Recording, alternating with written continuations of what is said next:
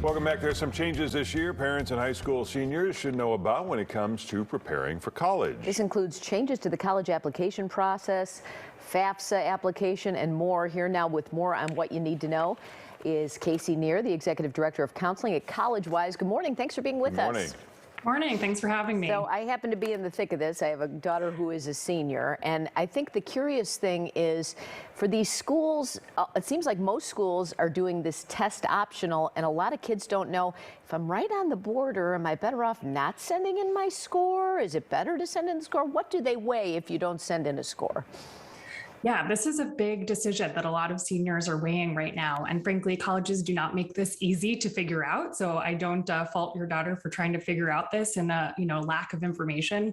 I would say for the most part, you should submit a score if it's within that median band. So they usually report their median 50% of scores.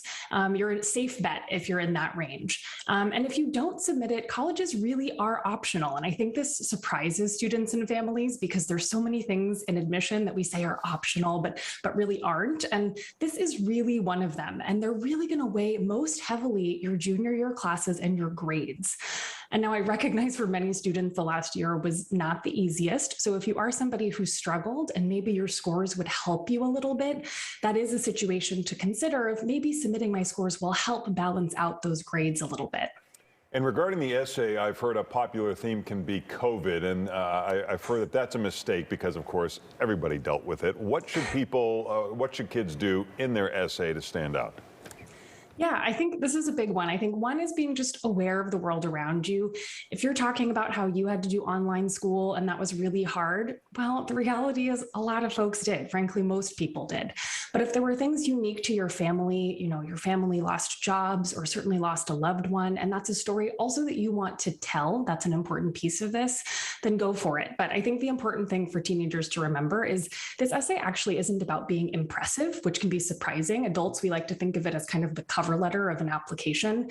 And it's really not. It's more of an introduction to who you'd be as a roommate or a friend or a classmate. So you really want to think about what's going to endear myself to college admission readers. What's something that they would want to know that they're never going to learn anywhere else? So maybe you picked up a hobby in the quarantine. Maybe you learned to cook because your parents were working long hours and you really, really mastered a curry dish. Those are things that are interesting to readers because it's something they would have never known otherwise. I always wonder, there's so many applications. Are they reading these essays? Really, they get thousands of them. They do. They do.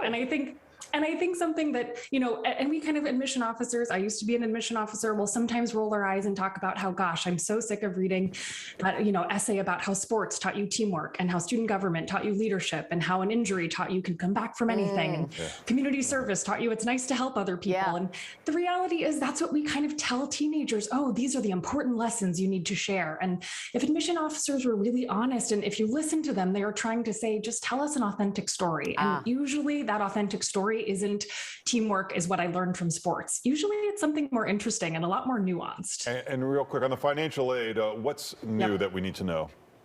Well, the big deadline or opening of the financial aid form, the FAFSA, opens on Friday, October 1st. And this is really one where first come, first served. So you're better served by actually filling it out immediately. So if you have time this weekend or in the next few weeks, please start filling it out. That is really important for families to remember. All right. For more information, you can check out collegewise.com and on social media at collegewise.com.